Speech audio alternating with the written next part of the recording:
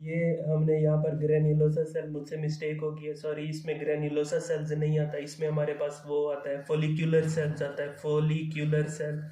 ये हमारे ये जो भी हैं ये ग्रेन्युलोसा सेल्स नहीं होते, इनको हम कहते हैं फोलिक्यूलर सेल, फ्लैट फोलिक्यूलर सेल्स होते हैं। ठीक है, जो कि कवरिंग ऑफ ओवरी से हमारे पास आते हैं। ये जो हमारे पास कवरिंग ऑफ ओवरी थी ना, वहाँ से डिराइव्ड होते हैं। फिर उसके बाद ये अलग-अलग हमने कहा कि इसको फिर फोलिक्यूलर सेल्स जो होते हैं ना, इनको हमारे पास कवर करते हैं अलग-अलग, उसको हम कहते हैं प्राइमोडियल फोलिकल। ठीक है, उसके बाद हमारे पास आता है कि जब हमारे पास आती है बर्थ, ड्यूरिंग द बर्थ हमारे पास all the primary oocyte prophase 1 में होते हैं और डिप्लोटीन स्टेज में होता है। अब इनको डिप्लोटीन स्टेज में अरेस्ट करने के लिए एक फैक्टर होता है जिसको OMI, oocyte maturation inhibition factor, जो कि फ्यू पेप्टाइड चेन पर मुश्तमिल होता है। और सेक्रिएट करने वाला कौन होता है? इसको फोलिकुलर सेल्स जो होते हैं, जो इसको सराउंड किए हुए होते हैं, वही सेक्रिएट करते हैं। अब at the birth number of हमारे पास जो प्राइमरी ओसाइट्स होंगे वो 6 से 8 लाख होंगे, और जो हमारे पास प्यूबर्टी तक पहुंचते हैं वो सिर्फ 40,000 पहुंचते हैं, और इनमें से पूरी ज़िंदगी के अंदर सिर्फ 500 ओव्यूलेट होते हैं। ठीक है, अब आता है दूसरा factor, after the birth during the puberty.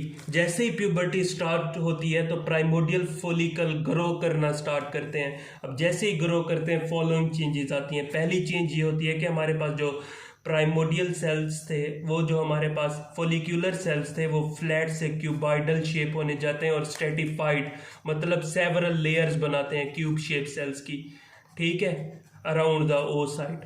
तो उसको हम कहते हैं अब ग्रेन्युलोसा सेल, इसको हम कहते हैं ग्रेन्युलोसा सेल। यानी फोलिकुलर सेल जो कि फ्लैट थे वो क्यूबॉइडल और स्ट्रेटिफाइड होने लग जाते हैं, सेवरल लेयर्स बनाते हैं, जिसको हम कहते हैं ग्रेन्युलोसा सेल्स। अब दूसरी बात यह है कि ये हमारे पास आ गया ओसाइट, इसको मुख्तलिफ इसने कवर किया हुआ है ओसाइट्स ने। यहाँ पर हमारे पास मुख्तलिफ ये जो हमारे पास ये जो ग्रेन्युलोसा सेल्स हैं यानी मल्टी लेयर्स है ना, स्ट्रेटिफाइड है। तो फिर ये होती है यहाँ पर ये बेसमेंट मेम्ब्रेन, यहाँ पर होगी ओवरी के कनेक्टिव टिश्यूज। ठीक है, जिसने इसको सराउंड किया हुआ होगा। तो बेसमेंट मेम्ब्रेन, ठीक है, separating the granulosa cell and the ovarian connective tissue forms the theca फोलिकुलाई।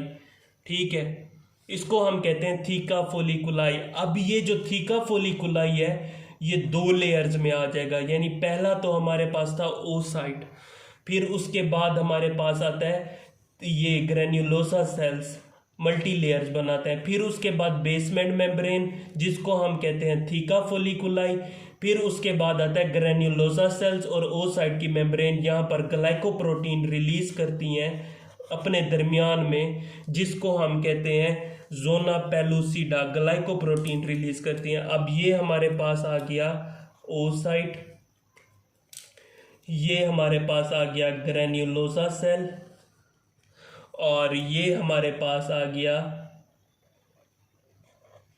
Granulosa cell, ये हमारे पास ओसाइट, ये हमारे पास जोना पेलुसिडा, ये आ गया oocyte. And the granulosa cell secretes a glycoprotein between them, जिसको हम कहते हैं जोना पेलुसिडा, जोना पेलुसिडा।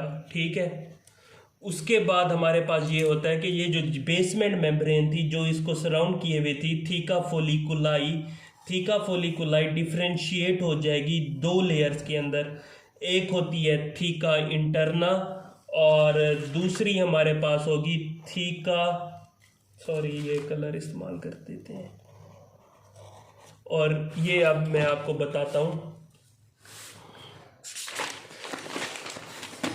ये तो था हमारे पास एक फोलिकल, ये कलर चेंजिंग हो गई है यहाँ पर, ये ओसाइट, ये ग्रेन्युलोसा सेल्स, वो जोना पेलुसिडा, ये हमारे पास ग्रेन्युलोसा सेल्स जो इसको सराउंड किए हुए हैं। ये हमारे पास था थीका फोलिकुलाई जो कि इसको सराउंड करता है, वो डिफ्रेंशिएट हो जाएगा 2 लेयर्स के अंदर। एक हमारे पास लेयर बन जाएगी थीका इंटरना की, और ऊपर इसके बन जाएगी फाइबरस लेयर जिसको हम कहते हैं थीका एक्सटर्ना। अब इसको हम कहते हैं, ये हो गया हमारे पास ओसाइट, जोना पेलुसिडा, ठीक है। ये ग्रेन्युलोसा सेल्स, और ये थीका इंटरना, और ये थीका एक्सटर्ना। अब होता ये है कि ये हमारे पास जो ओसाइट है और ये हमारे पास मुख्तलिफ यहाँ पर जोना पेलुसिडा और ये सारा का सारा पूरा ये हमारे पास आ जाता है अपना क्या कहते हैं ग्रेन्युलोसा सेल्स, और ये हमारे पास थीका इंटरना। तो ये जोना पेलुसिडा जो हमारे पास ये जोना पेलुसिडा के ऊपर ग्रेन्युलोसा सेल्स है, वहाँ पर एक कैविटी अपेयर हो जाती है। यहाँ पर एक cavity, fluid filled cavity appear हो जाएगी, जिसको हम कहते हैं एंट्रम, ठीक है। ये हमारे पास क्या है, एंट्रम। अब होता ये है कि ये एंट्रम पहले तो होती है crescent shape, small crescent shape, लेकिन जब ये लार्ज हो जाती है और उसके बाद ये हो जाती है एनलार्ज, फिर उसके बाद जो फोलिकल होता है वो प्राइमरी फोलिकल से बन जाता है एंट्रल फोलिकल या वेजिक्यूलर फोलिकल, ठीक है। इसको हम कहते हैं पहला। अब हमने क्या किया था कि हमने ना जो हमारे पास फोलिक्यूलर सेल्स थे, फोलिक्यूलर को हमने कन्वर्ट किया क्यूबॉइडल ग्रेन्युलोसा सेल्स में, और उसके बाद जो हमारे पास फोलिकल थी उसको हम कहते हैं प्राइमरी फोलिकल, ठीक है। प्राइमरी फोलिकल कहते हैं। दूसरी चीज़ जो हमने की वो हमने किया कि हमारे पास जो थीका फोलिकुलाई बनता है, ठीक है। उसके बाद हमने तीसरी चीज़ जो कि उसके में हमारे पास था जोना पेलुसिडा, जो कि ग्लाइकोप्रोटीन ग्रेन्युलोसा सेल्स और ओसाइट रिलीज करते हैं, जोना पेलुसिडा। चौथी चीज़ हमने की कि चौथी चीज़ जो होती है वो होती है हमारे पास जो हमारे पास थीका फोलिकुलाई होते हैं वो डिफ्रेंशिएट कर जाते हैं दो चीज़ों में, थीका इंटरना जो कि सेक्रिएटरी सेल्स होते हैं और थीका इंटरना, ठीक है। उसके बाद आता है थीका एक्सटर्ना जो कि हमारे पास होते हैं फाइब्रस लेयर। ये हमारे पास क्या है, सेक्रिएटरी लेयर। उसके बाद हमारे पास पांचवी चीज क्या आती है, इनके दरमियान एंट्रम आ जाता है, फ्लूइड फिल्ड स्पेस अपीयर हो जाती है, जिसको हम कहते हैं एंट्रम। ये देखें, ये था हमारे पास ये एंट्रम, क्रीसेंट शेप अपेयर हुआ, मैंने आपको बताया था ना। ये देखें, ये क्रीसेंट शेप अपेयर होता है, फिर उसके बाद ये एनलार्ज कर जाता है पूरा एंट्रम फोलिकल, और इसको हम मैच्योर वेजिक्यूलर फोलिकल कहते हैं या एंट्रल फोलिकल कहते हैं, ठीक है। ये हमारे पास बन गया एंट्रम और ये हमारे पास एंट्रल फोलिकल। अब बात याद रखें कि हमारे पास वो प्राइमरी ओसाइट वैसे का वैसे ही प्रोफेज 1 में है और उसको हम प्राइमरी ओसाइट कहते हैं।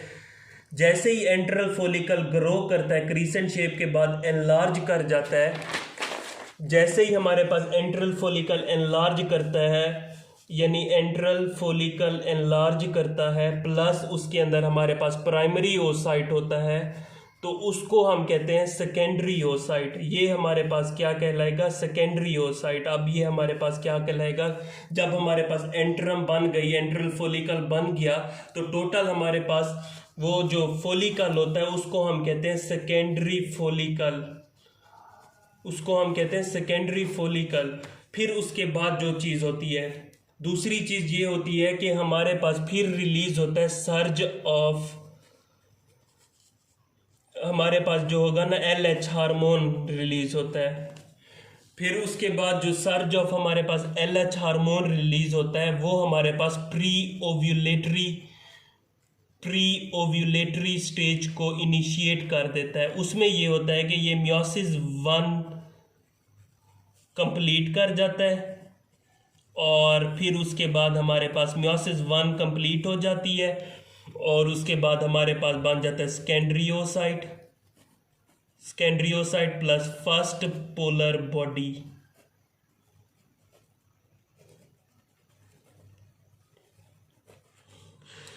जो हमारे पास सेकेंडरी ओसाइट है, अब हमारे पास सेकेंडरी ओसाइट प्लस जो हमारे पास सेकेंडरी फोलिकल होगा, इसको हम मैच्योर वेजिक्यूलर फोलिकल या ग्राफियन फोलिकल भी कहते हैं, या ग्राफियन फोलिकल कहते हैं। अब ये डिफरेंस लैंगमैन में बहुत कम बताया गया है या बच्चों को समझ नहीं आती, इसको याद रखें। इसको हम ग्राफियन फोलिकल भी कहते हैं। बेसिकली पहला ये था कि हमारे पास जब भी एंट्रल फोलिकल बनती है तो उसके अंदर हमारे पास अभी भी प्राइमरी ओसाइट है, तो वो जो हमारे पास मैच्योर या ग्रो करेगा तो वो बनाता है सेकेंडरी फोलिकल। ठीक है, सेकेंडरी फोलिकल बनाता है। और जैसे ही हमारे पास प्री ओव्यूलेटरी स्टेज हमारे पास स्टार्ट होती है, उसके बाद सेकेंडरी ओसाइट बनता है, तो फिर उसके बाद ये हमारे पास ग्राफियन फोलिकल बन जाएगा। अब 37 आवर्स के बाद ये ओव्यूलेट हो जाएगा। लेकिन इन 37 आवर्स में एक काम ये करता है कि जो हमारे पास सेकेंडरी ओसाइट है वो हमारे पास मेटाफेज मियोसिस 2 में चली जाती है और फिर मेटाफेज 2 में अरेस्ट हो जाती है। ठीक है, मेटाफेज 2 में अरेस्ट हो जाएगी। जब ये मेटाफेज 2 में अरेस्ट हो जाती है 3 आवर्स बिफोर ओव्यूलेशन के, और ये फिर मियोसिस 2 उस वक्त कंप्लीट करती है अगर फर्टिलाइजेशन होगी तो मियोसिस 2 इसकी कंप्लीट होगी। लेकिन अगर फर्टिलाइजेशन ना हुई तो ये फिर मेटाफेज 2 में ही अरेस्ट रहेगा, इसकी मियोसिस 2 कंप्लीट नहीं होगी। ये हमारे पास पूरा था ओवोजेनेसिस।